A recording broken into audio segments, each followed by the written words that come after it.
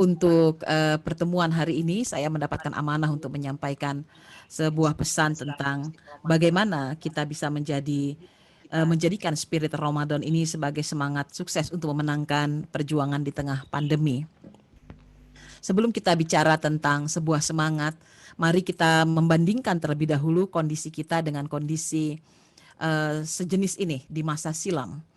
Jadi sesungguhnya peristiwa lockdown itu atau peristiwa pembatasan gerak manusia sudah terjadi jauh sebelum hari ini. Jadi misalkan kita ambil lockdown yang terpanjang adalah lockdownnya Ashabul Kahfi. Ketika 7 orang pemuda yang mencoba mempertahankan keimanan lalu akhirnya terusir karena mereka tetap beriman kepada Allah dan tak mau menggantikan Tuhannya adalah rajanya, maka pada saat itu mereka memutuskan untuk berada di dalam goa. Dan itu adalah peristiwa lockdown yang kita sebut sebagai lockdown keimanan. Pembatasan atas keimanan, dan ternyata disitulah Allah menunjukkan mukjizatnya. Selama 309 tahun proses lockdownnya. Jadi apa yang terjadi pada kita hari ini baru hampir 2 bulan bukanlah apa-apa. Sangat sebentar.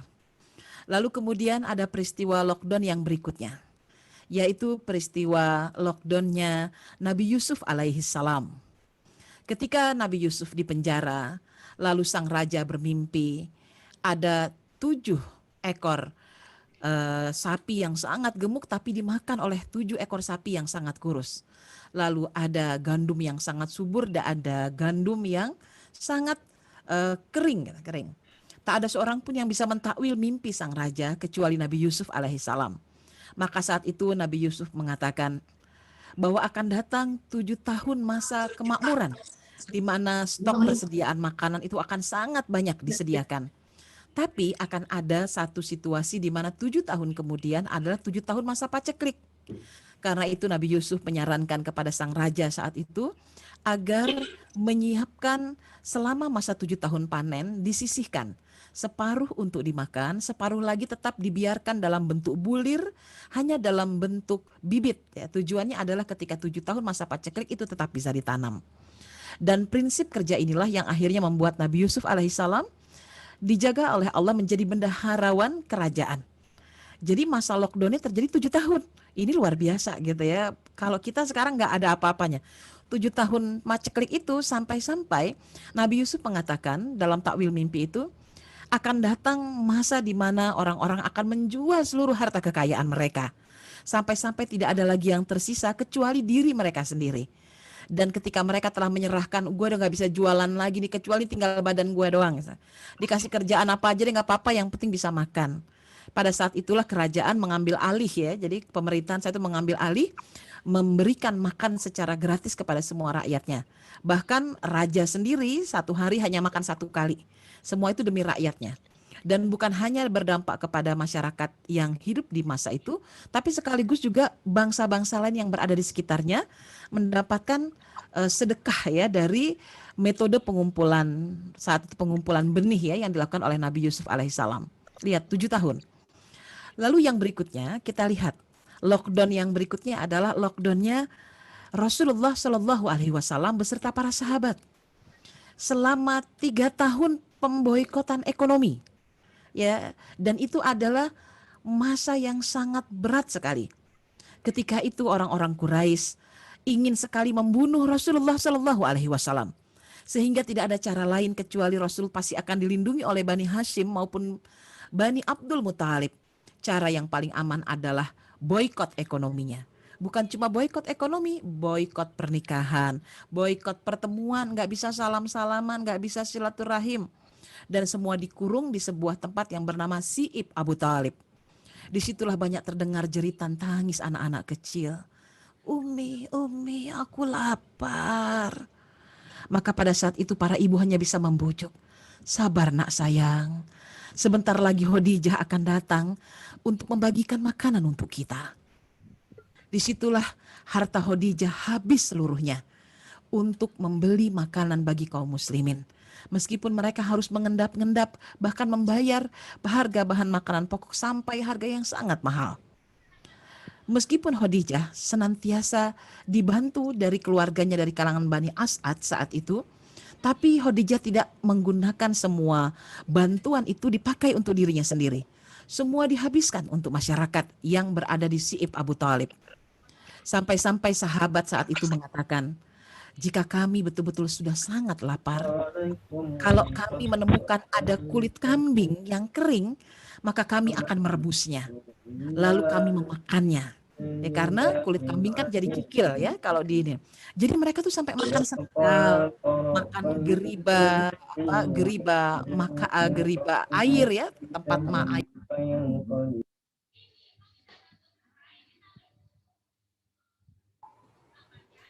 Oh ya, kecuali saya yang dibunyikan. Masuk soal suaranya. Lalu kemudian para sahabat pun bercerita bahwa mereka sampai harus makan dari rerumputan kering. Jadi kalau mereka buang air besar itu betul-betul rumput seperti kotoran unta. Lihat, lockdown ini berlangsung 3 tahun lebih dan itu terjadi. Yang kita alami sekarang itu nggak ada apa-apanya. Cuma sebentar gitu ya, belum apa-apanya. Jadi mari sama-sama gitu ya, kita menikmati ini sebagai bagian dari ini proses sejarah yang telah dinapaki oleh orang-orang sebelumnya. Nah, ada cerita tentang proses lockdown yang menarik adalah lockdown para ulama besar. Bagaimana mereka sebelum ulama ke sahabat dulu ya, sahabat. Tentu sudah pernah mendengar cerita tentang wabah amwas yang ada di wilayah Palestina ya, yang terjadi di masa Umar bin Khattab. Saat Umar sudah sampai di perbatasan wilayah hendak masuk ke wilayah Amwas Palestina, maka para sahabat yang tinggal di wilayah Amwas itu memberi kabar bahwa sekarang sedang wabah. Apakah Amirul Mukminin akan masuk ke wilayah itu ataukah akan kembali? Maka terjadilah sebuah rembukan bahwa mereka memutuskan untuk kembali. Saat itu Abu Ubaidah bin Jarrah mengatakan, "Ya Umar, apakah engkau takut dengan takdir Allah?" Kata Umar bin Khattab, "Ya Abu Ubaidah, kalau bukan engkau yang bicara, aku tentu sudah marah." Bukan karena aku takut, tetapi aku hanya memilih berpindah dari satu takdir yang buruk menuju takdir Allah yang lebih baik. Sama seperti seekor domba yang memilih tempat, rumput yang hijau ataukah rumput yang kering. Tentu rumput yang hijau yang akan dipilihnya. Maka seperti itulah yang dilakukan Umar bin Khattab. Setelah itu Umar bin Khattab pun kembali ke kota Madinah dan mengutus Amr bin As. Dan akhirnya Abu Ubaidah bin Jarrah, Surahbil dan beberapa sahabat-sahabat mulia termasuk Mu'adz bin Jabal meninggal dunia akibat wabah tersebut. Maka dikirimlah Amr bin As untuk mengatasi wabah tersebut. Satu-satunya cara yang paling aman adalah memang dengan memisahkan semua manusia. Kata Amr bin As, virus atau kita bilang wabah ini, amwas ini, medianya adalah manusia. Mau tidak mau yang harus dipencar adalah manusianya. Maka Amr bin As memerintahkan mereka untuk pergi ke gunung-gunung secara terpisah. Dan akhirnya berhentilah wabah. Itu masa para sahabat ya, kita lihat ya. Masa Ashabul Kahfi, masa Nabi Yusuf, masa Nabi Muhammad, masa sahabat. Semuanya ternyata benar. Jadi apa yang kita lakukan hari ini kalau disuruh bersabar ada di rumah, bukan semata-mata landasannya adalah karena iseng banget sih yang masih kelayaban juga banyak gitu. Ngapain di rumah bete gitu. Ya nggak begitu, tetapi lebih karena kita ingin menyelamatkan banyak orang. Di dalam Al-Quran dikatakan, barang siapa yang bisa menjaga kehidupan satu manusia, maka sesungguhnya ia telah menyelamatkan seluruh manusia. Tetapi barang siapa yang membunuh satu manusia, maka sungguh engkau telah membunuh seluruh manusia. Nah, jangan sampai badan kita ini menjadi fasilitator untuk membunuh orang lain. Kan karena kita masih muda, masih gagah, kemudian kekebalan fisik kita masih sangat kuat.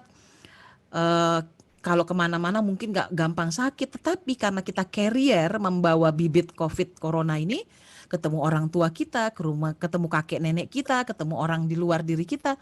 Kalau sampai mereka meninggal dunia, sabab kita yang menyebarkannya, sungguh kita laksana membunuh seluruh manusia.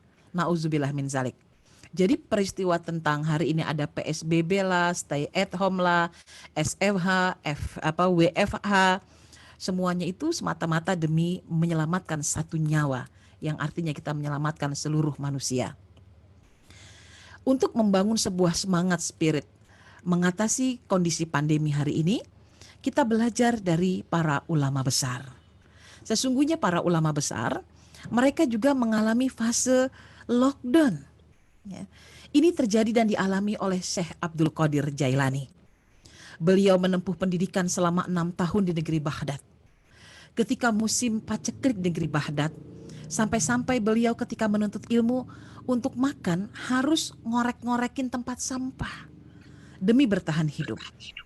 Dan ketika didapati pada hari itu, tiba-tiba untuk pertemuan hari ini saya mendapatkan amanah untuk menyampaikan sebuah pesan tentang bagaimana kita bisa menjadikan spirit Ramadan ini sebagai semangat sukses untuk memenangkan perjuangan di tengah pandemi. Sebelum kita bicara tentang sebuah semangat, mari kita membandingkan terlebih dahulu kondisi kita dengan kondisi sejenis ini di masa silam. Jadi sesungguhnya peristiwa lockdown itu atau peristiwa pembatasan gerak manusia sudah terjadi jauh sebelum hari ini. Jadi misalkan kita ambil lockdown yang terpanjang adalah lockdownnya Ashabul Kahfi. Ketika 7 orang pemuda yang mencoba mempertahankan keimanan lalu akhirnya terusir karena mereka tetap beriman kepada Allah dan tak mau menggantikan Tuhannya adalah rajanya, maka pada saat itu mereka memutuskan untuk berada di dalam goa. Dan itu adalah peristiwa lockdown yang kita sebut sebagai lockdown keimanan. Pembatasan atas keimanan, dan ternyata disitulah Allah menunjukkan mukjizatnya. Selama 309 tahun proses lockdownnya. Jadi apa yang terjadi pada kita hari ini baru hampir 2 bulan bukanlah apa-apa. Sangat sebentar. Lalu kemudian ada peristiwa lockdown yang berikutnya, yaitu peristiwa lockdownnya Nabi Yusuf alaihi salam. Ketika Nabi Yusuf di penjara, lalu sang raja bermimpi ada 7 ekor sapi yang sangat gemuk tapi dimakan oleh 7 ekor sapi yang sangat kurus. Lalu ada gandum yang sangat subur dan ada gandum yang sangat kering. Tak ada seorang pun yang bisa mentakwil mimpi sang raja kecuali Nabi Yusuf alaihissalam. Maka saat itu Nabi Yusuf mengatakan bahwa akan datang 7 tahun masa kemakmuran, di mana stok persediaan makanan itu akan sangat banyak disediakan. Tapi akan ada satu situasi di mana 7 tahun kemudian adalah 7 tahun masa paceklik. Karena itu Nabi Yusuf menyarankan kepada sang raja saat itu agar menyiapkan selama masa 7 tahun panen disisihkan. Separuh untuk dimakan, separuh lagi tetap dibiarkan dalam bentuk bulir, hanya dalam bentuk bibit. Ya, tujuannya adalah ketika 7 tahun masa paceklik itu tetap bisa ditanam. Dan prinsip kerja inilah yang akhirnya membuat Nabi Yusuf alaihissalam dijaga oleh Allah menjadi bendaharawan kerajaan. Jadi masa lockdownnya terjadi 7 tahun. Ini luar biasa gitu ya. Kalau kita sekarang nggak ada apa-apanya. 7 tahun paceklik itu sampai-sampai Nabi Yusuf mengatakan dalam takwil mimpi itu, akan datang masa di mana orang-orang akan menjual seluruh harta kekayaan mereka. Sampai-sampai tidak ada lagi yang tersisa kecuali diri mereka sendiri. Dan ketika mereka telah menyerahkan, gue udah gak bisa jualan lagi nih kecuali tinggal badan gue doang. Dikasih kerjaan apa aja deh gak apa-apa, yang penting bisa makan. Pada saat itulah kerajaan mengambil alih ya. Jadi pemerintahan saya itu mengambil alih, memberikan makan secara gratis kepada semua rakyatnya. Bahkan raja sendiri 1 hari hanya makan 1 kali. Semua itu demi rakyatnya. Dan bukan hanya berdampak kepada masyarakat yang hidup di masa itu, tapi sekaligus juga bangsa-bangsa lain yang berada di sekitarnya mendapatkan sedekah ya dari metode pengumpulan benih ya yang dilakukan oleh Nabi Yusuf alaihissalam. Lihat 7 tahun. Lalu yang berikutnya kita lihat lockdown yang berikutnya adalah lockdownnya Rasulullah Shallallahu Alaihi Wasallam beserta para sahabat selama 3 tahun pemboikotan ekonomi. Ya, dan itu adalah masa yang sangat berat sekali. Ketika itu orang-orang Quraisy ingin sekali membunuh Rasulullah Shallallahu Alaihi Wasallam, sehingga tidak ada cara lain kecuali Rasul pasti akan dilindungi oleh Bani Hashim maupun Bani Abdul Muthalib. Cara yang paling aman adalah boikot ekonominya. Bukan cuma boikot ekonomi, boikot pernikahan, boikot pertemuan, nggak bisa salam-salaman, nggak bisa silaturahim. Dan semua dikurung di sebuah tempat yang bernama Si'ib Abu Talib. Disitulah banyak terdengar jeritan tangis anak-anak kecil. Umi, aku lapar. Maka pada saat itu para ibu hanya bisa membujuk. Sabar nak sayang. Sebentar lagi Khadijah akan datang untuk membagikan makanan untuk kita. Disitulah harta Khadijah habis seluruhnya untuk membeli makanan bagi kaum muslimin. Meskipun mereka harus mengendap-endap, bahkan membayar harga bahan makanan pokok sampai harga yang sangat mahal. Meskipun Khadijah senantiasa dibantu dari keluarganya dari kalangan Bani As'ad saat itu, tapi Khadijah tidak menggunakan semua bantuan itu dipakai untuk dirinya sendiri. Semua dihabiskan untuk masyarakat yang berada di Si'ib Abu Thalib. Sampai-sampai sahabat saat itu mengatakan, jika kami betul-betul sudah sangat lapar, kalau kami menemukan ada kulit kambing yang kering, maka kami akan merebusnya. Lalu kami memakannya. Ya, karena kulit kambing kan jadi kikil ya kalau di ini. Jadi mereka tuh sampai makan sendal, makan geriba, geriba air ya, tempat air.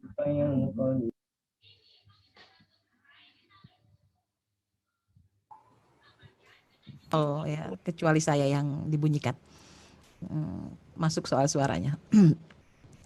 Lalu kemudian para sahabat pun bercerita bahwa mereka sampai harus makan dari rerumputan kering. Jadi kalau mereka buang air besar itu betul-betul rumput seperti kotoran unta. Lihat, lockdown ini berlangsung 3 tahun lebih dan itu terjadi. Yang kita alami sekarang itu nggak ada apa-apanya. Cuma sebentar gitu ya, belum apa-apanya. Jadi mari sama-sama gitu ya, kita menikmati ini sebagai bagian dari ini proses sejarah yang telah dinapaki oleh orang-orang sebelumnya. Nah, ada cerita tentang proses lockdown yang menarik adalah lockdown para ulama besar. Bagaimana mereka, sebelum ulama, ke sahabat dulu ya, sahabat. Tentu sudah pernah mendengar cerita tentang wabah Amwas yang ada di wilayah Palestina ya, yang terjadi di masa Umar bin Khattab. Saat Umar sudah sampai di perbatasan wilayah hendak masuk ke wilayah Amwas Palestina, maka para sahabat yang tinggal di wilayah Amwas itu memberi kabar bahwa sekarang sedang wabah. Apakah Amirul Mukminin akan masuk ke wilayah itu ataukah akan kembali? Maka terjadilah sebuah rembukan bahwa mereka memutuskan untuk kembali. Saat itu Abu Ubaidah bin Jarrah mengatakan, "Ya Umar, apakah engkau takut dengan takdir Allah?" Kata Umar bin Khattab, "Ya Abu Ubaidah, kalau bukan engkau yang bicara, aku tentu sudah marah." Bukan karena aku takut, tetapi aku hanya memilih berpindah dari satu takdir yang buruk menuju takdir Allah yang lebih baik. Sama seperti seekor domba yang memilih tempat, rumput yang hijau ataukah rumput yang kering. Tentu rumput yang hijau yang akan dipilihnya. Maka seperti itulah yang dilakukan Umar bin Khattab. Setelah itu Umar bin Khattab pun kembali ke kota Madinah dan mengutus Amr bin As. Dan akhirnya Abu Ubaidah bin Jarrah, Surahbil dan beberapa sahabat-sahabat mulia termasuk Mu'adz bin Jabal meninggal dunia akibat wabah tersebut. Maka dikirimlah Amr bin As untuk mengatasi wabah tersebut. Satu-satunya cara yang paling aman adalah memang dengan memisahkan semua manusia. Kata Amr bin As, virus atau kita bilang wabah ini, Amwas ini, medianya adalah manusia. Mau tidak mau yang harus dipencar adalah manusianya. Maka Amr bin As memerintahkan mereka untuk pergi ke gunung-gunung secara terpisah. Dan akhirnya berhentilah wabah. Itu masa para sahabat ya, kita lihat ya. Masa Ashabul Kahfi, masa Nabi Yusuf, masa Nabi Muhammad, masa sahabat. Semuanya ternyata benar. Jadi apa yang kita lakukan hari ini kalau disuruh bersabar ada di rumah, bukan semata-mata landasannya adalah karena iseng banget sih yang masih kelayaban juga banyak gitu. Ngapain di rumah bete gitu. Ya nggak begitu, tetapi lebih karena kita ingin menyelamatkan banyak orang. Di dalam Al-Quran dikatakan, barang siapa yang bisa menjaga kehidupan satu manusia, maka sesungguhnya ia telah menyelamatkan seluruh manusia. Tetapi barang siapa yang membunuh satu manusia, maka sungguh engkau telah membunuh seluruh manusia. Nah, jangan sampai badan kita ini menjadi fasilitator untuk membunuh orang lain. Kan karena kita masih muda, masih gagah, kemudian kekebalan fisik kita masih sangat kuat. Kalau kemana-mana mungkin gak gampang sakit, tetapi karena kita carrier membawa bibit COVID corona ini, ketemu orang tua kita, ke rumah, ketemu kakek nenek kita, ketemu orang di luar diri kita. Kalau sampai mereka meninggal dunia sabab kita yang menyebarkannya, sungguh kita laksana membunuh seluruh manusia. Nauzubillah min zalik. Jadi peristiwa tentang hari ini ada PSBB lah, stay at home lah, SFH, WFH, semuanya itu semata-mata demi menyelamatkan satu nyawa, yang artinya kita menyelamatkan seluruh manusia. Untuk membangun sebuah semangat spirit mengatasi kondisi pandemi hari ini, kita belajar dari para ulama besar. Sesungguhnya para ulama besar, mereka juga mengalami fase lockdown. Ya. Ini terjadi dan dialami oleh Syekh Abdul Qadir Jailani. Beliau menempuh pendidikan selama 6 tahun di negeri Baghdad. Ketika musim paceklik di negeri Baghdad, sampai-sampai beliau ketika menuntut ilmu untuk makan harus ngorek-ngorekin tempat sampah demi bertahan hidup. Dan ketika didapati pada hari itu, tiba-tiba ketika tempat sampah, tempat biasa dia cari makan, sudah dikerumuni oleh orang-orang miskin, maka ia memutuskan untuk pergi meninggalkannya dan membiarkan orang miskin itu memakan semua makanan yang ada di tempat sampah. Dalam keadaan betul-betul lapar, dia menuju masjid hingga jatuh seperti terpingsan-pingsan. Akhirnya dia bersandar pada salah satu dinding masjid. Pada saat itu datanglah seorang pemuda membawa sepotong roti, duduk di sampingnya lalu memakannya. Kebayang gak orang lagi lapar, biasa makan dari sampah, ada roti yang enak. Itu ngilernya luar biasa ya. Maka saat itu Syekh Abdul Qadir Jailani hanya ngences, orang bilang, melongo ngeliatin. Sampai si pemuda itu lalu bertanya, wahai Tuan, apakah Tuan menginginkan roti yang ada di tanganku? Oh, tentu saja katanya. Baiklah, aku akan membaginya. Maka dibagi dua, segeralah ia memakan dengan sangat nikmat sesuatu yang tidak pernah ia makan selama ini. Tiba-tiba pemuda itu berkata, sesungguhnya aku telah berada selama 6 bulan di negeri Baghdad ini. Aku sedang mencari seorang yang sedang belajar di negeri Baghdad. Siapa yang kau cari? Kata Syekh Abdul Qadir Jailani. Aku mencari seorang pemuda yang bernama Abdul Qadir Jailani. Alangkah terkejut dirinya. Akulah Abdul Qadir Jailani yang kau cari, katanya. Kemudian pemuda itu mengatakan, aku mau minta maaf. Sesungguhnya aku diutus oleh ibumu untuk membawa uang sebanyak 6.000 dinar. Ya, 6.000 dinar itu banyak emas ya, mata uang emas. Lalu kemudian, tapi karena selama 6 bulan aku berputar-putar mencarimu dan aku tidak menjumpai engkau ada di dalamnya. Uang itu udah habis dan sekarang tinggal sepotong roti ini. Saat itulah Abdul Qadir Jailani semakin payah, tapi dia tetap bersyukur. Alhamdulillah, alhamdulillah. Ibuku masih memperhatikanku meskipun sekarang sudah tak ada lagi wujud dari uang itu. Ya lihat, ulama besar dulu nuntut ilmu tuh sampai kayak gitu kondisinya. Laparnya sampai di tempat sampah.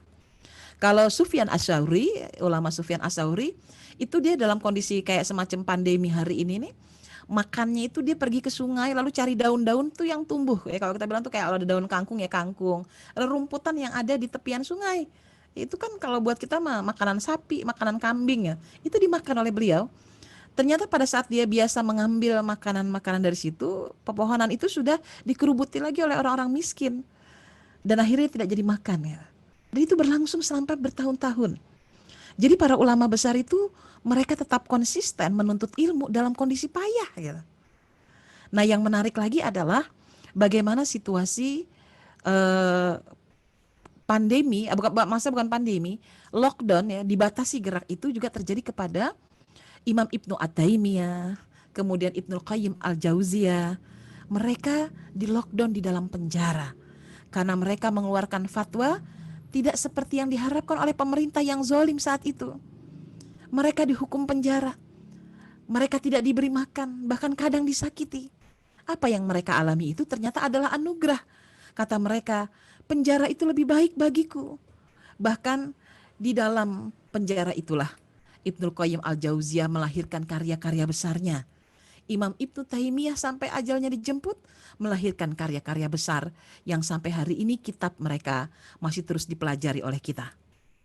Jadi anak-anakku semua, bahwa situasi hari ini bukanlah situasi yang baru.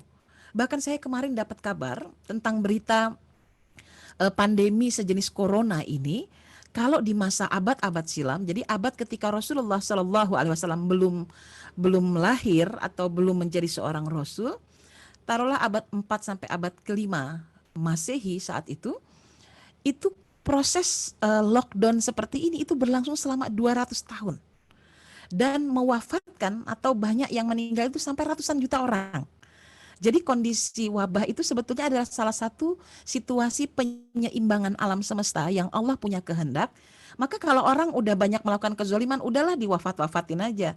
Caranya pakai wabah.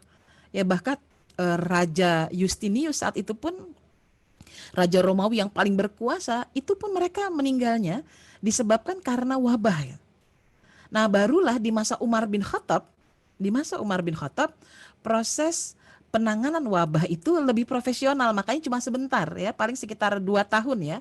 Kalau tidak salah catatan sejarah tuh kalau wabahnya Amwas itu sekitar 2 tahun saja, lebih cepat dibandingin dulu sampai ratusan tahun, puluhan tahun. Lalu kemudian lebih cepat lagi itu di periode ketika Ibnu Sina, yaitu bapak kedokteran umat Islam, itu melakukan proses ya PSBB kayak gini, kemudian pakai masker, pakai sanitasi, ganti baju setiap hari, mandi, itu dihidupkan itu di masa Ibnu Sina. Dan apa yang kita lakukan hari ini sebetulnya adalah hal yang sudah pernah terjadi di masanya Ibnu Sina. Disebutnya adalah saat itu eh, disebutnya adalah apa ya namanya dark death gitu ya. Jadi kematian hitam disebutnya. Gelap, kematian yang gelap. Black death juga dibilangin kayak begitu ya, wabahnya tuh. Begitu Ibnu Sina dipanggil oleh Amirul Mukminin yang hidup saat itu, Ibnu Sina bilang saya tidak mau masuk wilayah ini sampai aku diberikan pakaian baru. Gitu. Maka Ibnu Sina pakai baju baru, lalu kemudian mengusulkan kepada para raja, aku minta bahwa perintahkan kepada seluruh rakyat mereka masuk dalam rumah mereka. Mereka mandi setiap hari, mencuci tangan, mengganti pakaiannya setiap hari. Lalu mereka menutup wajah jika hendak keluar. Dan mereka betul-betul harus menjaga kebersihan diri. Jadi masalah sanitasi itu sudah dibahas sejak masa silam. Jadi kalau hari ini kita disuruh mentaati perintah itu, maka yang kita lakukan ini adalah sebuah kebaikan yang banyak. Manfaatkanlah kesempatan itu untuk kita seakan-akan lagi menyelamilah sejarah masa silam ya. Ya Allah, di Ibnu Sina udah terjadi. Ya Allah, ternyata gue ngalamin juga. Dan ketahuilah bahwa anak-anakku semua adalah sesungguhnya adalah anak-anak akhir zaman. Saya pernah ya ngisi kajian akhir zaman di sekolah ini, bahwa sebentar lagi tanda-tanda akhir zaman semakin jelas. Apalagi kemarin di Jawa Timur sudah terlihat ada meteor yang jatuh ya, yang menandakan bahwa salah satu isyarah akhir zaman adalah ada sungai meteor yang siap menghantam bumi kita. Jadi ada hadisnya kan, kata Rasulullah, apabila kalian bisa melihat ada bintang jatuh dari arah timur, semua mata tertuju kepadanya, maka bersiap-siaplah sebentar lagi Duhan akan datang. Duhan itu kabut asap yang gelap yang menyelimuti seluruh permukaan bumi. Maka daripada kita sekarang patah arang mengurusi ada apa dengan pandemi ini, mari sama-sama kita banyak beramal yang sebaik-baiknya. Melakukan tantangan-tantangan kreativitas ya, apalagi alhamdulillah tadi pihak dari kementerian itu juga Kementerian Pendidikan maupun Dinas Pendidikan, mereka rela untuk membagikan dana pulsa. Nah ini adalah cara Allah sebetulnya mencerdaskan kita untuk memanfaatkan teknologi sebagai sarana belajar. Saya kan sehari-harinya Pak adalah sebagai seorang dai yang biasa ceramah offline ya ke seluruh Indonesia. Tiap minggu saya selalu ada di daerah yang berbeda-beda. Tapi dengan adanya lockdown ini saya betul-betul nggak bisa kemana-mana. Nggak bisa ceramah, nggak bisa ngisi kajian, semua stop. Tapi apa yang terjadi? Saya dan teman-teman komunitas akhirnya membangun kajian-kajian online, bahkan sampai kepada pagelaran online ya, pagelaran seni online. Kemarin saya baru ngisi acara kajian di Darut Tauhid. Kita main teater, bisa main teater di Zoom seperti ini. Kita baca puisi, kita monolog, ada yang nyanyi gitu. Asal hostnya tuh pinter gitu. Bisa memainkan bagaimana caranya semua peserta bisa stay mute, semuanya diam, lalu hanya yang muncul adalah kita sang pemeran. Itu benar-benar bagus banget gitu ya. Dan saya punya kajian-kajian Zero Station. Nih kalau pada mau ikut nanti hari Ahad dan hari Senin saya punya acara namanya Parent Train gitu ya. Tapi untuk para orang tua ya. Itu melibatkan Dr. Aisyah Dahlan, Ayah Irwan Rinaldi yang semuanya dikemas dalam bentuk online. Jadi ini adalah upaya Allah mencerdaskan kita. Maka manfaatkanlah teknologi sekarang untuk kita kejar ya sebagai alat kecerdasan. Bahkan teman-teman, saya ini kan udah tua ya, umur saya tuh udah mau 50 tahun. Saya ikut acara tren anak muda hari ini yang namanya podcast. Udah pernah tahu podcast ya? Kalau yang sering atau ini baru mulai tren soalnya. Jadi saran saya teman-teman sudah mulai masuk ke area kalau yang vlog kayak model Atta Halilintar, kemudian kayak Ria Ricis, Raffi Ahmad itu sudah mulai pelan-pelan ditinggalkan. Yang sekarang sedang akan booming di masa depan adalah podcast. Ya, podcast itu kayak orang siaran radio. Ini makanya saya punya mikrofon khusus kayak buat siaran radio. Itu tujuannya adalah kita bisa berkisah, kita memberikan inspirasi melalui sarana podcast. Kalau teman-teman di sini sudah memulai, nanti di masa depan Anda yang akan menguasai peradaban podcast gitu. Ya sekarang tuh Deddy Corbuzier semua udah beralih ke podcast. Raffi Ahmad sudah beralih ke podcast. Nah, itu dimanfaatin untuk bisa teman-teman belajar bicara, ngobrol ya, ngobrolnya sendirian tapi kayak kita lagi berhadapan dengan para pendengar radio yang banyak. Itu asik banget ya. Saya kemarin sampai ikut kursusnya khusus untuk podcaster ya, menjadi seorang podcaster. Itu cara kita smart di hari ini ya. Nah, kalau soal itu kan smart dari sisi belajar ya, menggunakan teknologi. Kalau dari sisi ketahanan pangan ya tentu kita juga butuhkan. Ketahanan pangan yang bisa kita lakukan hari ini adalah walaupun masih sekolah ya, saya rasa kita bisa mengaktifasi kemampuan finansial kita dengan memanfaatkan sarana online hari ini. Saya punya teman yang berada di lingkungan orang-orang tidak mampu, tapi mereka adalah pedagang-pedagang yang bekerja di pasar kemiri muka. Saat itu dia nggak pernah terfikir untuk menjadi pebisnis, tapi melihat era pandemi kayak gini, orang-orang butuh belanja online, maka dia kumpulkan tuh para pedagang pasar kemiri, lalu mengatakan bersedia nggak gitu ya, kamu yang belanjain, lalu saya yang menyebarkan informasi orang-orang pada belanja. Oh ternyata itu setiap harinya jutaan rupiah orang belanja tanpa kena corona, lalu kemudian kita menghidupi orang-orang miskin di sekitar pasar, mereka berdaya gitu. Apapun sekarang bisa dilakukan dengan media online ini. Nah, teman-teman bisa lakukan. Anak-anak saya pun mulai berlatih ya, ada yang jual benih sayuran. Ya, benih sayuran itu kan lagi juga booming ya buat upaya ketahanan pangan. Ya, jadi saya dan teman-teman komunitas tuh sampai bikin sedekah bibit supaya nanti kita nggak tahu masalahnya. Karena prediksi kalau lihat dari data yang dari Singapura itu Indonesia tuh baru akan berakhir September 2020 ya. Bahkan Qatar itu tahun 2021. Kebayang nggak kita makan apa nanti kalau orang-orang semua berada dalam rumah ya. Ini kalau ngambil pahitnya ya. Tapi kalau Allah izinkan lebih lama lagi bisa 3 tahun ini kita begini gitu. Makanya nih adik-adik semua di sini harus sudah mulai berpikir tentang ketahanan pangan. Nggak cuma sekedar main handphone lalu belajar via online saja, tapi yang aplikatif juga sudah dilakukan ya aplikasinya. Nanam pohon deh ya, saya nanam kangkung, nanam bayam itu yang paling mudah karena panennya 3 mingguan. Atau panen 3 bulanan seperti terong, seperti kacang panjang, cabe. Lakukan itu. Insya Allah itu akan menjadi penyelamat ya, penyelamat bagi banyak orang. Itu secara ekonomi. Lalu kemudian secara mentalitas. Secara mentalitas kita pun perlu mengokohkan diri kita. Yaitu pakai landasannya jadilah sang pemberani saya sebutnya. Dalam bahasa Arabnya as-syaja'ah. Seorang yang pemberani di dalam Islam itu memiliki 2 kriteria karakter utama yang dimilikinya. Seorang yang pemberani pasti adalah orang yang paling tenang hidupnya. Tenang jiwanya. Karena dia nggak akan jadi pemberani kalau dia ketakutan, kalau dia cemas. Jadi seorang pemberani biasanya dia adalah orang yang itminan disebutnya. Hatinya tenang menghadapi satu situasi. Yang kedua, seorang pemberani adalah seorang yang memiliki kemampuan optimisme terhadap masa depan. Bahwa hari esok selalu penuh dengan harapan. Nah, 2 karakter utama inilah yang sebaiknya teman-teman sudah mulai memperkaya diri. Jadi orang yang tenang aja cuy, santai, relax gitu.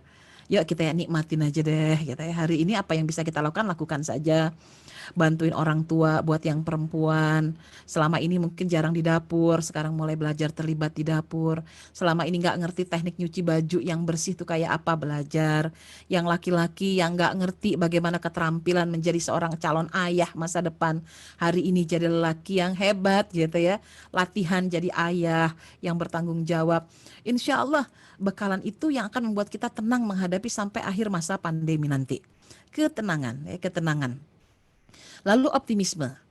Nah, saya pengen bicara tentang definisi keberanian ini dari sudut pandang yang diucapkan oleh Khuwailid ya. Khuwailid itu adalah ayah dari Siti Khadijah binti Khuwailid, istri dari Rasulullah Shallallahu alaihi wasallam. Waktu itu, ketika Raja Abrahah datang hendak menghancurkan Ka'bah, tentu saja seluruh penduduk Mekah itu ketakutan.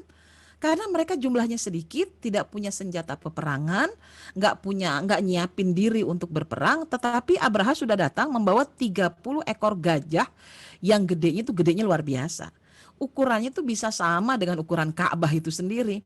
Kebayang nggak bahwa penduduk Mekah habis seketika itu hanya dengan 30 ekor gajah yang ngamuk ya. Sehingga wajar pada saat itu orang-orang Mekah memutuskan untuk mengungsi, termasuk Khadijah ya, karena Khadijah saat itu usia sudah 15 tahun. Beliau adalah seorang pemandu perempuan. Jadi beliaulah yang bagian ngumpul-ngumpulin ibu-ibu tua, para istri-istri, lalu anak-anak muda, anak-anak kecil untuk berangkat ke arah pegunungan gitu. Menyampaikan sebuah pesan tentang bagaimana kita bisa menjadikan spirit Ramadan ini sebagai semangat sukses untuk memenangkan perjuangan di tengah pandemi. Sebelum kita bicara tentang sebuah semangat, mari kita membandingkan terlebih dahulu kondisi kita dengan kondisi sejenis ini di masa silam. Jadi sesungguhnya peristiwa lockdown itu atau peristiwa pembatasan gerak manusia sudah terjadi jauh sebelum hari ini. Jadi misalkan kita ambil lockdown yang terpanjang adalah lockdownnya Ashabul Kahfi. Ketika 7 orang pemuda yang mencoba mempertahankan keimanan lalu akhirnya terusir karena mereka tetap beriman kepada Allah dan tak mau menggantikan Tuhannya adalah rajanya, maka pada saat itu mereka memutuskan untuk berada di dalam goa. Dan itu adalah peristiwa lockdown yang kita sebut sebagai lockdown keimanan. Pembatasan atas keimanan, dan ternyata disitulah Allah menunjukkan mukjizatnya. Selama 309 tahun proses lockdownnya. Jadi apa yang terjadi pada kita hari ini baru hampir 2 bulan bukanlah apa-apa, sangat sebentar. Lalu kemudian ada peristiwa lockdown yang berikutnya, yaitu peristiwa lockdownnya Nabi Yusuf alaihi salam. Ketika Nabi Yusuf di penjara, lalu sang raja bermimpi ada 7 ekor sapi yang sangat gemuk tapi dimakan oleh 7 ekor sapi yang sangat kurus. Lalu ada gandum yang sangat subur dan ada gandum yang sangat kering. Tak ada seorang pun yang bisa mentakwil mimpi sang raja kecuali Nabi Yusuf alaihissalam. Maka saat itu Nabi Yusuf mengatakan bahwa akan datang 7 tahun masa kemakmuran di mana stok persediaan makanan itu akan sangat banyak disediakan. Tapi akan ada satu situasi di mana 7 tahun kemudian adalah 7 tahun masa paceklik. Karena itu Nabi Yusuf menyarankan kepada sang raja saat itu agar menyiapkan selama masa 7 tahun panen disisihkan. Separuh untuk dimakan, separuh lagi tetap dibiarkan dalam bentuk bulir, hanya dalam bentuk bibit. Ya, tujuannya adalah ketika 7 tahun masa paceklik itu tetap bisa ditanam. Dan prinsip kerja inilah yang akhirnya membuat Nabi Yusuf alaihissalam dijaga oleh Allah menjadi bendaharawan kerajaan. Jadi masa lockdownnya terjadi 7 tahun. Ini luar biasa gitu ya. Kalau kita sekarang nggak ada apa-apanya. 7 tahun maceklik itu sampai-sampai Nabi Yusuf mengatakan dalam takwil mimpi itu, akan datang masa di mana orang-orang akan menjual seluruh harta kekayaan mereka. Sampai-sampai tidak ada lagi yang tersisa kecuali diri mereka sendiri. Dan ketika mereka telah menyerahkan, gue udah gak bisa jualan lagi nih kecuali tinggal badan gue doang. Dikasih kerjaan apa aja deh gak apa-apa, yang penting bisa makan. Pada saat itulah kerajaan mengambil alih ya. Jadi pemerintahan saya itu mengambil alih, memberikan makan secara gratis kepada semua rakyatnya. Bahkan raja sendiri 1 hari hanya makan 1 kali. Semua itu demi rakyatnya. Dan bukan hanya berdampak kepada masyarakat yang hidup di masa itu, tapi sekaligus juga bangsa-bangsa lain yang berada di sekitarnya mendapatkan sedekah ya dari metode pengumpulan saat itu, pengumpulan benih ya yang dilakukan oleh Nabi Yusuf alaihissalam. Lihat 7 tahun. Lalu yang berikutnya kita lihat lockdown yang berikutnya adalah lockdownnya Rasulullah Shallallahu Alaihi Wasallam beserta para sahabat selama 3 tahun pemboikotan ekonomi ya, dan itu adalah masa yang sangat berat sekali. Ketika itu orang-orang Quraisy ingin sekali membunuh Rasulullah Shallallahu Alaihi Wasallam, sehingga tidak ada cara lain kecuali Rasul pasti akan dilindungi oleh Bani Hashim maupun Bani Abdul Muthalib. Cara yang paling aman adalah boikot ekonominya. Bukan cuma boikot ekonomi, boikot pernikahan, boikot pertemuan, nggak bisa salam-salaman, nggak bisa silaturahim. Dan semua dikurung di sebuah tempat yang bernama Si'ib Abu Talib. Disitulah banyak terdengar jeritan tangis anak-anak kecil. Umi, Umi, aku lapar. Maka pada saat itu para ibu hanya bisa membujuk. Sabar nak sayang. Sebentar lagi Khadijah akan datang untuk membagikan makanan untuk kita. Disitulah harta Khadijah habis seluruhnya untuk membeli makanan bagi kaum muslimin. Meskipun mereka harus mengendap-endap bahkan membayar harga bahan makanan pokok sampai harga yang sangat mahal. Meskipun Khadijah senantiasa dibantu dari keluarganya dari kalangan Bani As'ad saat itu, tapi Khadijah tidak menggunakan semua bantuan itu dipakai untuk dirinya sendiri. Semua dihabiskan untuk masyarakat yang berada di Si'ib Abu Talib. Sampai-sampai sahabat saat itu mengatakan, jika kami betul-betul sudah sangat lapar, kalau kami menemukan ada kulit kambing yang kering, maka kami akan merebusnya. Lalu kami memakannya. Ya, karena kulit kambing kan jadi kikil ya kalau di ini. Jadi mereka tuh sampai makan sendal, makan geriba, geriba air ya, tempat air.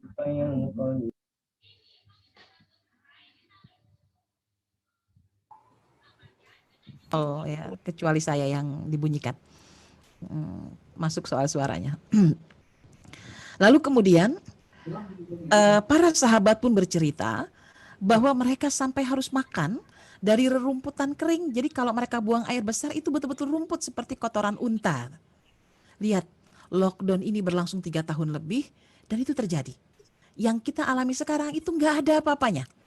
Cuma sebentar gitu ya, belum apa-apanya. Jadi mari sama-sama gitu ya, kita menikmati ini sebagai bagian dari ini proses sejarah yang telah dinapaki oleh orang-orang sebelumnya.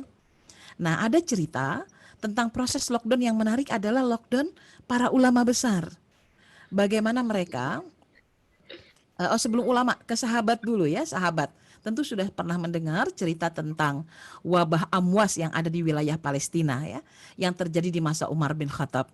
Saat Umar sudah sampai di perbatasan wilayah, hendak masuk ke wilayah Amwas Palestina, maka para sahabat yang tinggal di wilayah Amwas itu memberi kabar bahwa sekarang sedang wabah. Apakah Amirul Mukminin akan masuk ke wilayah itu ataukah akan kembali? Maka terjadilah sebuah rembukan bahwa mereka memutuskan untuk kembali.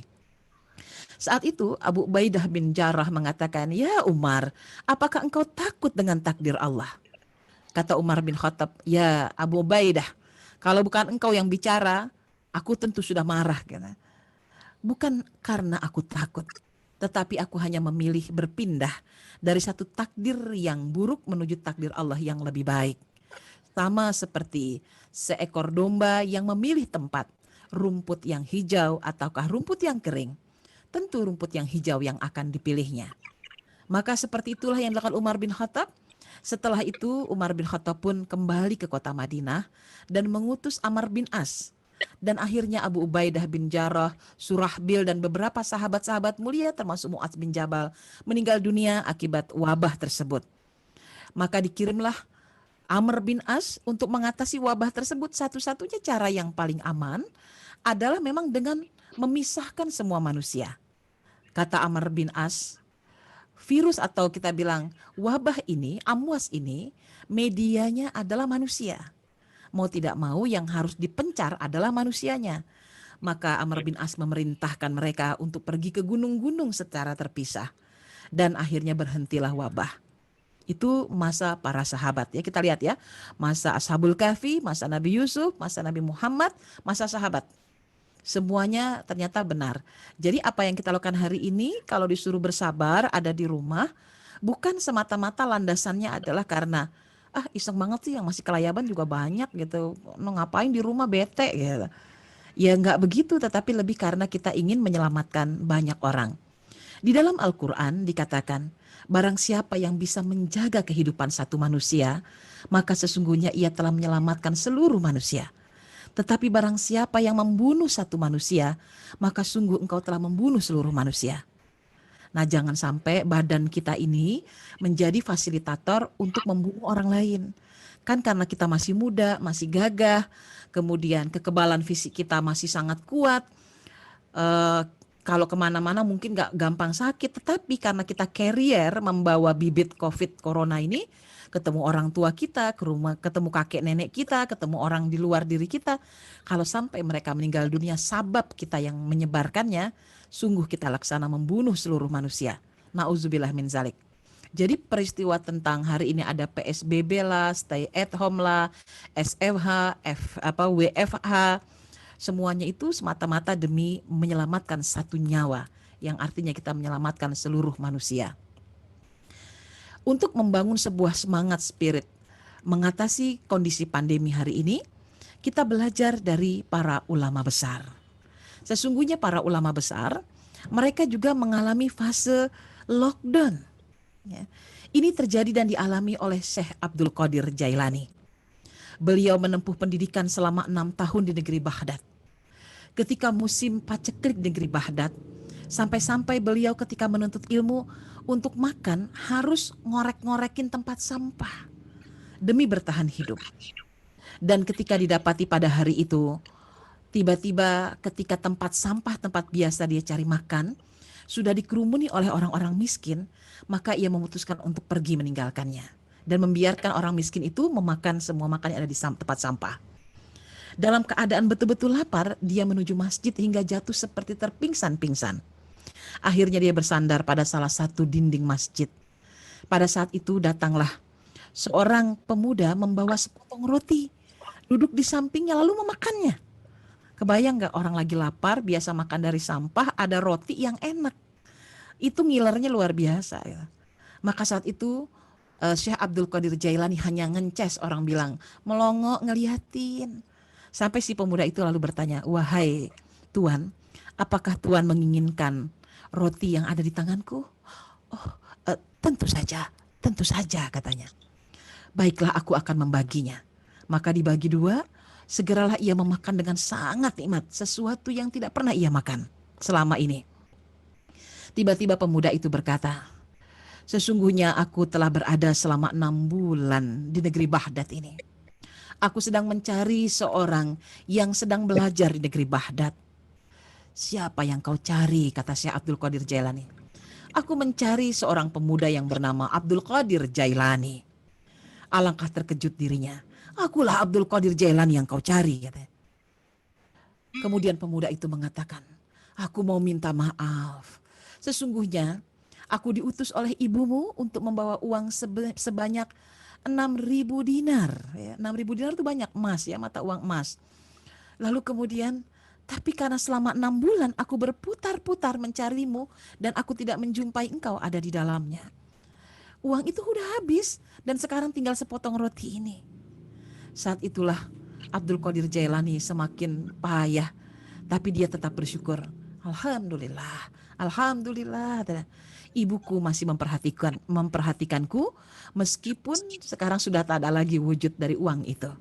Ya lihat, ulama besar dulu nuntut ilmu tuh sampai kayak gitu kondisinya. Laparnya sampai di tempat sampah. Kalau Sufyan Ats-Tsauri, ulama Sufyan Ats-Tsauri, itu dia dalam kondisi kayak semacam pandemi hari ini nih, makannya itu dia pergi ke sungai lalu cari daun-daun tuh yang tumbuh. Ya kalau kita bilang tuh kayak kalau ada daun kangkung ya kangkung, rumputan yang ada di tepian sungai. Itu kan kalau buat kita mah makanan sapi, makanan kambing ya. Itu dimakan oleh beliau. Ternyata pada saat dia biasa mengambil makanan-makanan dari situ, pepohonan itu sudah dikerubuti lagi oleh orang-orang miskin. Dan akhirnya tidak jadi makan ya. Dan itu berlangsung sampai bertahun-tahun. Jadi para ulama besar itu mereka tetap konsisten menuntut ilmu dalam kondisi payah gitu. Nah, yang menarik lagi adalah bagaimana situasi eh, pandemi, bukan pandemi, lockdown ya, dibatasi gerak itu juga terjadi kepada Imam Ibnu At-Taimiyah, kemudian Ibnu Qayyim Al-Jauziyah. Mereka di lockdown di dalam penjara karena mereka mengeluarkan fatwa tidak seperti yang diharapkan oleh pemerintah yang zalim saat itu. Mereka dihukum penjara, mereka tidak diberi makan, bahkan kadang disakiti. Apa yang mereka alami itu ternyata adalah anugerah. Kata mereka, penjara itu lebih baik bagiku. Bahkan di dalam penjara itulah Ibnu Qayyim Al-Jauziyah melahirkan karya-karya besarnya. Imam Ibnu Taimiyah sampai ajalnya dijemput melahirkan karya-karya besar yang sampai hari ini kitab mereka masih terus dipelajari oleh kita. Jadi anak-anakku semua, bahwa situasi hari ini bukanlah situasi yang baru. Bahkan saya kemarin dapat kabar tentang berita pandemi sejenis corona ini. Kalau di masa abad-abad silam, jadi abad ketika Rasulullah Shallallahu Alaihi Wasallam belum lahir atau belum menjadi seorang rasul, taruhlah abad 4 sampai abad kelima Masehi saat itu proses lockdown seperti ini itu berlangsung selama 200 tahun dan mewafatkan atau banyak yang meninggal itu sampai ratusan juta orang. Jadi kondisi wabah itu sebetulnya adalah salah satu situasi penyeimbangan alam semesta yang Allah punya kehendak. Maka kalau orang udah banyak melakukan kezoliman, udahlah diwafat-wafatin aja. Caranya pakai wabah. Ya bahkan Raja Justinius saat itu pun, Raja Romawi yang paling berkuasa, itu pun mereka meninggalnya disebabkan karena wabah. Ya. Nah barulah di masa Umar bin Khattab, proses penanganan wabah itu lebih profesional, makanya cuma sebentar ya, paling sekitar 2 tahun ya. Kalau tidak salah catatan sejarah tuh kalau wabahnya Amwas itu sekitar 2 tahun saja, lebih cepat dibandingin dulu sampai ratusan tahun, puluhan tahun. Lalu kemudian lebih cepat lagi itu di periode ketika Ibnu Sina, yaitu bapak kedokteran umat Islam, itu melakukan proses ya PSBB kayak gini, kemudian pakai masker, pakai sanitasi, ganti baju setiap hari, mandi, itu dihidupkan itu di masa Ibnu Sina. Dan apa yang kita lakukan hari ini sebetulnya adalah hal yang sudah pernah terjadi di masanya Ibnu Sina. Disebutnya adalah saat itu eh, disebutnya adalah apa ya namanya dark death gitu ya. Jadi kematian hitam disebutnya. Gelap, kematian yang gelap. Black death juga dibilangin kayak begitu ya, wabahnya tuh. Begitu Ibnu Sina dipanggil oleh Amirul Mukminin yang hidup saat itu, Ibnu Sina bilang, saya tidak mau masuk wilayah ini sampai aku diberikan pakaian baru. Gitu. Maka Ibnu Sina pakai baju baru, lalu kemudian mengusulkan kepada para raja, aku minta bahwa perintahkan kepada seluruh rakyat mereka masuk dalam rumah mereka. Mereka mandi setiap hari, mencuci tangan, mengganti pakaiannya setiap hari. Lalu mereka menutup wajah jika hendak keluar. Dan mereka betul-betul harus menjaga kebersihan diri. Jadi masalah sanitasi itu sudah dibahas sejak masa silam. Jadi kalau hari ini kita disuruh mentaati perintah itu, maka yang kita lakukan ini adalah sebuah kebaikan yang banyak. Manfaatkanlah kesempatan itu untuk kita seakan-akan lagi menyelamilah sejarah masa silam ya. Ya Allah, di Ibnu Sina udah terjadi. Ya Allah, ternyata gue ngalamin juga. Dan ketahuilah bahwa anak-anakku semua adalah sesungguhnya adalah anak-anak akhir zaman. Saya pernah ya ngisi kajian akhir zaman di sekolah ini, bahwa sebentar lagi tanda-tanda akhir zaman semakin jelas. Apalagi kemarin di Jawa Timur sudah terlihat ada meteor yang jatuh ya, yang menandakan bahwa salah satu isyarah akhir zaman adalah ada sungai meteor yang siap menghantam bumi kita. Jadi ada hadisnya kan, kata Rasulullah, apabila kalian bisa melihat ada bintang jatuh dari arah timur, semua mata tertuju kepadanya, maka bersiap-siaplah, sebentar lagi Duhan akan datang. Duhan itu kabut asap yang gelap yang menyelimuti seluruh permukaan bumi. Maka daripada kita sekarang patah arang mengurusi ada apa dengan pandemi ini, mari sama-sama kita banyak beramal yang sebaik-baiknya. Melakukan tantangan-tantangan kreativitas ya, apalagi alhamdulillah tadi pihak dari kementerian itu juga Kementerian Pendidikan maupun Dinas Pendidikan mereka rela untuk membagikan dana pulsa. Nah, ini adalah cara Allah sebetulnya mencerdaskan kita untuk memanfaatkan teknologi sebagai sarana belajar. Saya kan sehari-harinya Pak adalah sebagai seorang dai yang biasa ceramah offline ya ke seluruh Indonesia. Tiap minggu saya selalu ada di daerah yang berbeda-beda. Tapi dengan adanya lockdown ini, saya betul-betul nggak bisa kemana-mana, nggak bisa ceramah, nggak bisa ngisi kajian, semua stop. Tapi apa yang terjadi? Saya dan teman-teman komunitas akhirnya membangun kajian-kajian online, bahkan sampai kepada pagelaran online ya, pagelaran seni online. Kemarin saya baru ngisi acara kajian di Darut Tauhid. Kita main teater, bisa main teater di Zoom seperti ini. Kita baca puisi, kita monolog, ada yang nyanyi gitu.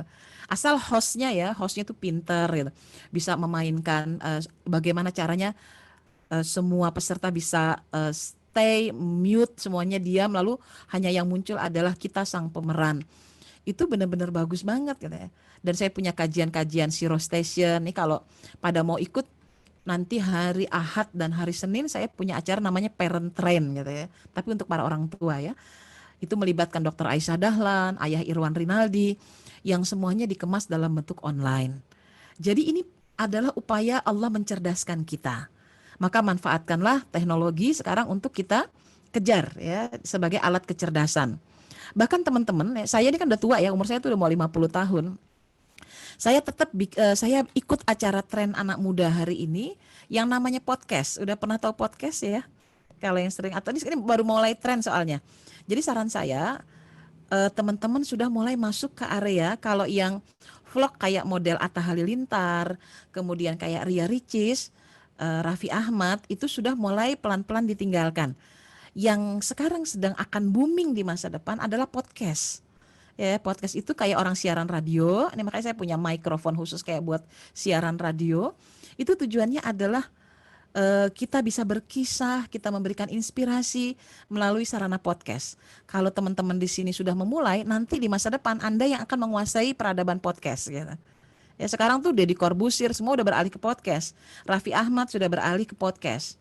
Nah, itu dimanfaatin untuk bisa teman-teman belajar bicara, ngobrol ya, ngobrolnya sendirian tapi kayak kita lagi berhadapan dengan para pendengar radio yang banyak. Itu asik banget ya. Saya kemarin sampai ikut kursusnya khusus untuk podcaster ya, menjadi seorang podcaster. Itu cara kita smart di hari ini ya. Nah, kalau soal itu kan smart dari sisi belajar ya, menggunakan teknologi. Kalau dari sisi ketahanan pangan ya, tentu kita juga butuhkan. Ketahanan pangan yang bisa kita lakukan hari ini adalah walaupun masih sekolah ya, saya rasa kita bisa mengaktifasi kemampuan finansial kita dengan memanfaatkan sarana online hari ini.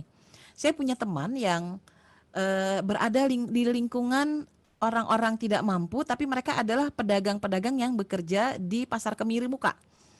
Saat itu dia nggak pernah terfikir untuk menjadi pebisnis, tapi melihat era pandemi kayak gini, orang-orang butuh belanja online, maka dia kumpulkan tuh para pedagang pasar kemiri, lalu mengatakan bersedia nggak gitu ya, kamu yang belanjain, lalu saya yang menyebarkan informasi orang-orang pada belanja. Oh ternyata itu setiap harinya jutaan rupiah orang belanja tanpa kena corona, lalu kemudian kita menghidupi orang-orang miskin di sekitar pasar, mereka berdaya gitu. Apapun sekarang bisa dilakukan dengan media online ini. Nah, teman-teman bisa lakukan. Anak-anak saya pun mulai berlatih ya, ada yang jual benih sayuran. Ya, benih sayuran itu kan lagi juga booming ya buat upaya ketahanan pangan. Ya, jadi saya dan teman-teman komunitas tuh sampai bikin sedekah bibit supaya nanti kita nggak tahu masalahnya. Karena prediksi kalau lihat dari data yang dari Singapura itu Indonesia tuh baru akan berakhir September 2020 ya. Bahkan Qatar itu tahun 2021. Kebayang nggak kita makan apa nanti kalau orang-orang semua berada dalam rumah ya. Ini kalau ngambil pahitnya ya. Tapi kalau Allah izinkan lebih lama lagi, bisa 3 tahun ini kita begini gitu. Makanya nih adik-adik semua di sini harus sudah mulai berpikir tentang ketahanan pangan. Nggak cuma sekedar main handphone lalu belajar via online saja, tapi yang aplikatif juga sudah dilakukan ya aplikasinya. Nanam pohon deh ya, saya nanam kangkung, nanam bayam, itu yang paling mudah karena panennya 3 mingguan. atau panen 3 bulanan seperti terong, seperti kacang panjang, cabai. Lakukan itu. Insya Allah itu akan menjadi penyelamat ya, penyelamat bagi banyak orang. Itu secara ekonomi. Lalu kemudian secara mentalitas. Secara mentalitas kita pun perlu mengokohkan diri kita. Yaitu pakai landasannya jadilah sang pemberani saya sebutnya. Dalam bahasa Arabnya as-syaja'ah. Seorang yang pemberani di dalam Islam itu memiliki 2 kriteria karakter utama yang dimilikinya. Seorang yang pemberani pasti adalah orang yang paling tenang hidupnya, tenang jiwanya. Karena dia nggak akan jadi pemberani kalau dia ketakutan, kalau dia cemas. Jadi seorang pemberani biasanya dia adalah orang yang itminan disebutnya. Hatinya tenang menghadapi satu situasi. Yang kedua, seorang pemberani adalah seorang yang memiliki kemampuan optimisme terhadap masa depan. Bahwa hari esok selalu penuh dengan harapan. Nah, 2 karakter utama inilah yang sebaiknya teman-teman sudah mulai memperkaya diri. Jadi orang yang tenang aja cuy, santai, relax gitu.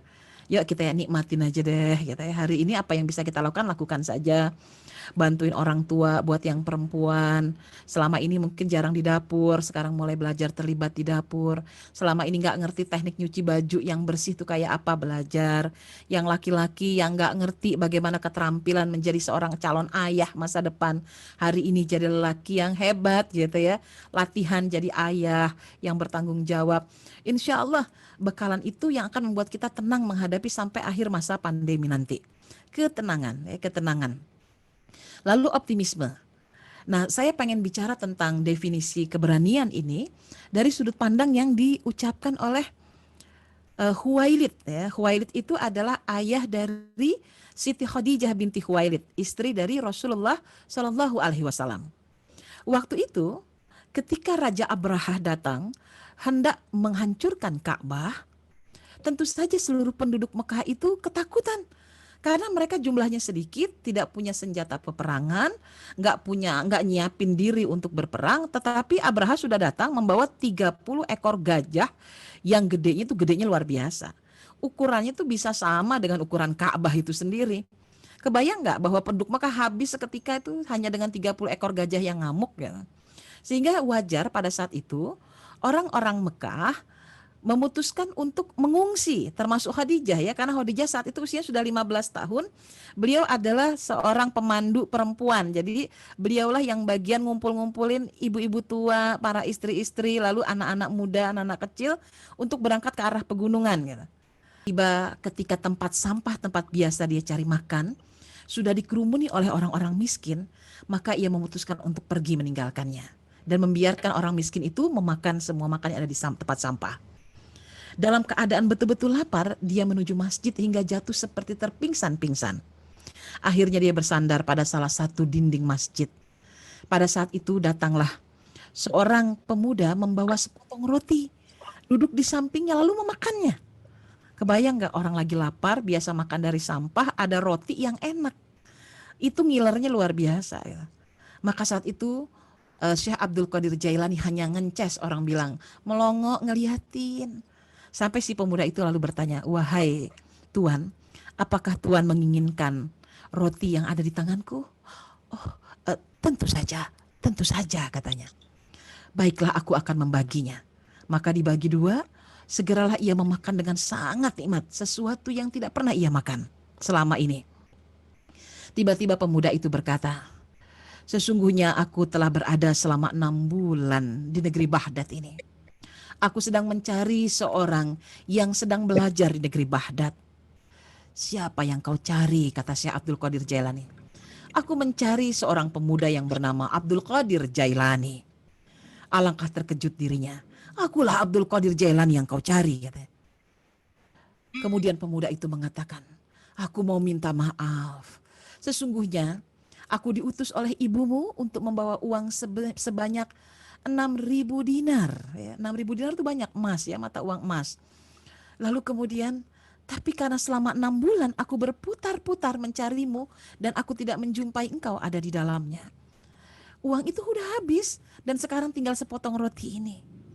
Saat itulah Abdul Qadir Jailani semakin payah, tapi dia tetap bersyukur. Alhamdulillah, alhamdulillah. Ibuku masih memperhatikanku meskipun sekarang sudah tak ada lagi wujud dari uang itu. Ya lihat, ulama besar dulu nuntut ilmu tuh sampai kayak gitu kondisinya. Laparnya sampai di tempat sampah.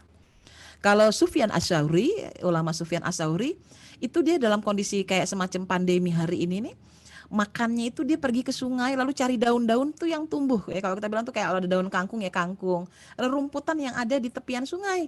Itu kan kalau buat kita mah makanan sapi, makanan kambing ya. Itu dimakan oleh beliau.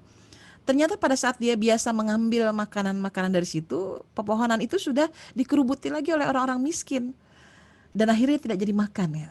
Dan itu berlangsung sampai bertahun-tahun. Jadi para ulama besar itu mereka tetap konsisten menuntut ilmu dalam kondisi payah gitu.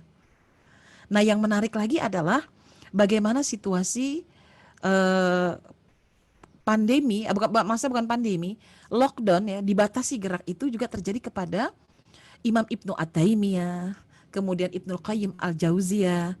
Mereka di lockdown di dalam penjara karena mereka mengeluarkan fatwa tidak seperti yang diharapkan oleh pemerintah yang zalim saat itu.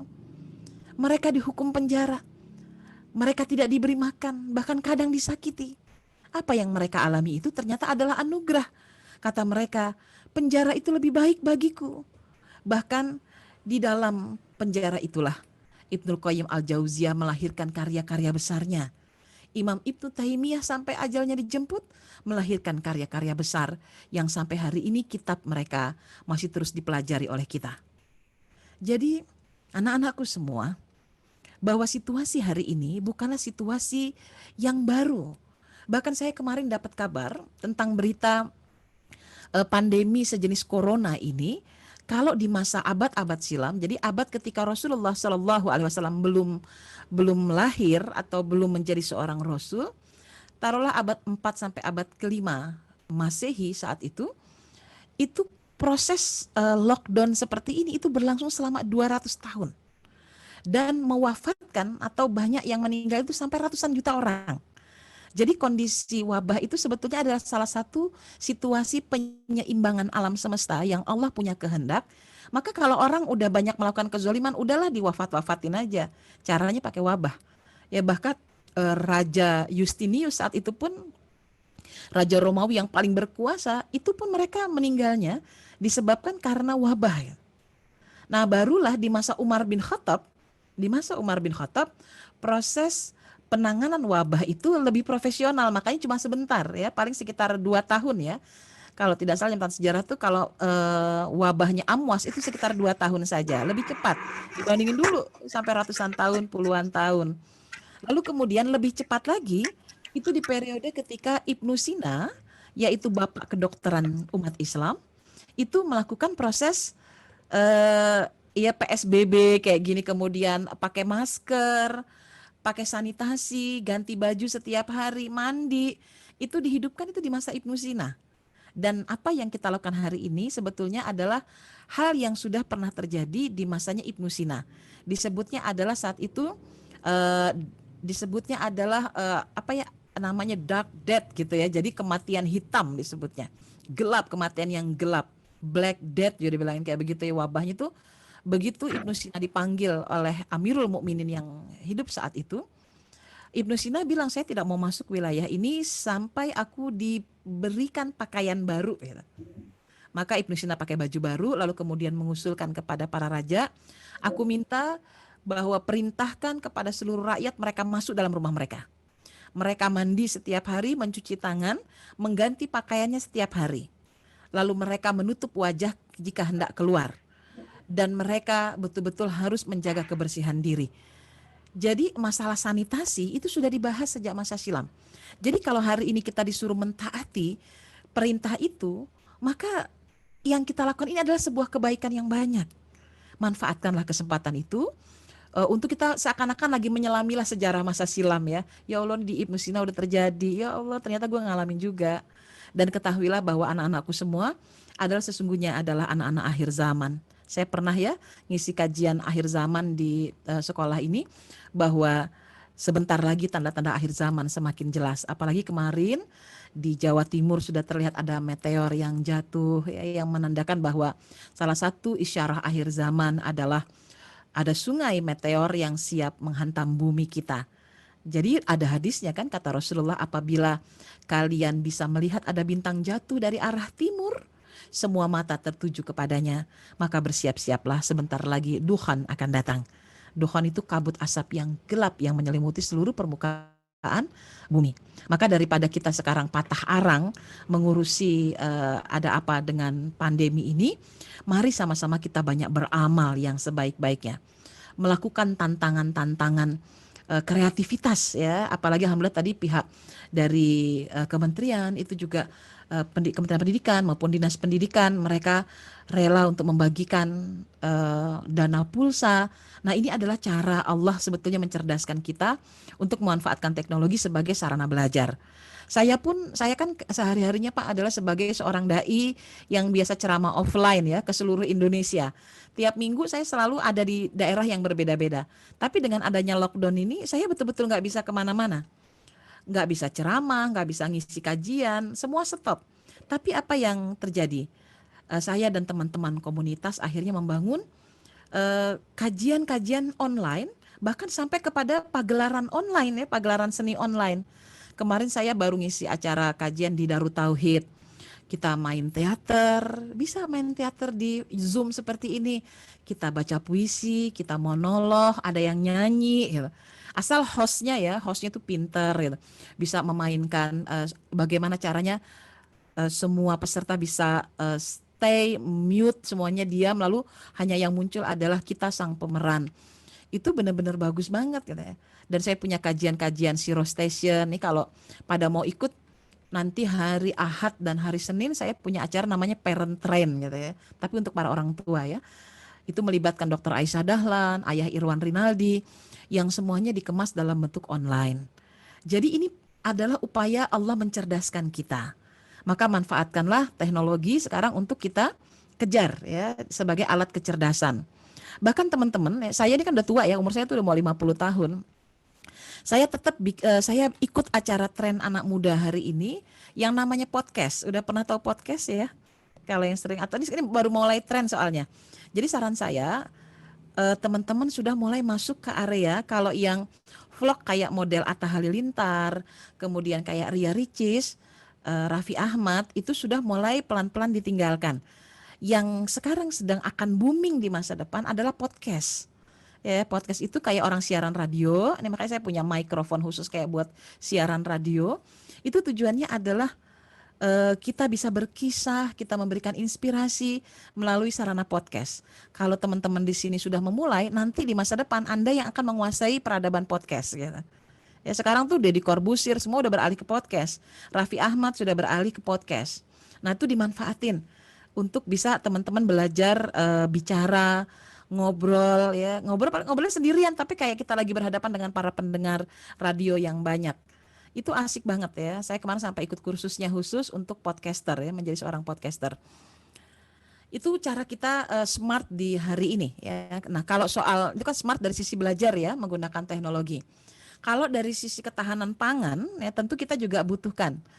Ketahanan pangan yang bisa kita lakukan hari ini adalah walaupun masih sekolah ya, saya rasa kita bisa mengaktifasi kemampuan finansial kita dengan memanfaatkan sarana online hari ini. Saya punya teman yang berada di lingkungan orang-orang tidak mampu, tapi mereka adalah pedagang-pedagang yang bekerja di pasar kemiri muka. Saat itu dia nggak pernah terfikir untuk menjadi pebisnis, tapi melihat era pandemi kayak gini, orang-orang butuh belanja online, maka dia kumpulkan tuh para pedagang pasar kemiri, lalu mengatakan bersedia nggak gitu ya, kamu yang belanjain, lalu saya yang menyebarkan informasi orang-orang pada belanja. Oh ternyata itu setiap harinya jutaan rupiah orang belanja tanpa kena corona, lalu kemudian kita menghidupi orang-orang miskin di sekitar pasar, mereka berdaya gitu. Apapun sekarang bisa dilakukan dengan media online ini. Nah, teman-teman bisa lakukan. Anak-anak saya pun mulai berlatih ya, ada yang jual benih sayuran. Ya, benih sayuran itu kan lagi juga booming ya buat upaya ketahanan pangan. Ya, jadi saya dan teman-teman komunitas tuh sampai bikin sedekah bibit, sedekah bibit supaya nanti kita nggak tahu masalahnya. Karena prediksi kalau lihat dari data yang dari Singapura itu Indonesia tuh baru akan berakhir September 2020. Ya. Bahkan Qatar itu tahun 2021. Kebayang nggak kita makan apa nanti kalau orang-orang semua berada dalam rumah ya. Ini kalau ngambil pahitnya ya. Tapi kalau Allah izinkan lebih lama lagi, bisa 3 tahun ini kita begini gitu. Makanya nih adik-adik semua di sini harus sudah mulai berpikir tentang ketahanan pangan. Nggak cuma sekedar main handphone, lalu belajar via online saja, tapi yang aplikatif juga sudah dilakukan ya aplikasinya. Nanam pohon deh ya, saya nanam kangkung, nanam bayam, itu yang paling mudah karena panennya 3 mingguan. Atau panen 3 bulanan seperti terong, seperti kacang panjang, cabai, lakukan itu. Insya Allah itu akan menjadi penyelamat ya, penyelamat bagi banyak orang. Itu secara ekonomi. Lalu kemudian secara mentalitas. Secara mentalitas kita pun perlu mengokohkan diri kita. Yaitu pakai landasannya jadilah sang pemberani saya sebutnya. Dalam bahasa Arabnya as-syaja'ah. Seorang yang pemberani di dalam Islam itu memiliki 2 kriteria karakter utama yang dimilikinya. Seorang yang pemberani pasti adalah orang yang paling tenang hidupnya. Tenang jiwanya. Karena dia nggak akan jadi pemberani kalau dia ketakutan, kalau dia cemas. Jadi seorang pemberani biasanya dia adalah orang yang itminan disebutnya. Hatinya tenang menghadapi satu situasi. Yang kedua, seorang pemberani adalah seorang yang memiliki kemampuan optimisme terhadap masa depan. Bahwa hari esok selalu penuh dengan harapan. Nah, 2 karakter utama inilah yang sebaiknya teman-teman sudah mulai memperkaya diri. Jadi orang yang tenang aja cuy, santai, relax gitu. Yuk kita nikmatin aja deh gitu ya. Hari ini apa yang bisa kita lakukan saja. Bantuin orang tua buat yang perempuan. Selama ini mungkin jarang di dapur, sekarang mulai belajar terlibat di dapur. Selama ini nggak ngerti teknik nyuci baju yang bersih itu kayak apa, belajar. Yang laki-laki yang nggak ngerti bagaimana keterampilan menjadi seorang calon ayah masa depan, hari ini jadi lelaki yang hebat gitu ya. Latihan jadi ayah yang bertanggung jawab. Insya Allah bekalan itu yang akan membuat kita tenang menghadapi sampai akhir masa pandemi nanti. Ketenangan ya, ketenangan. Lalu optimisme.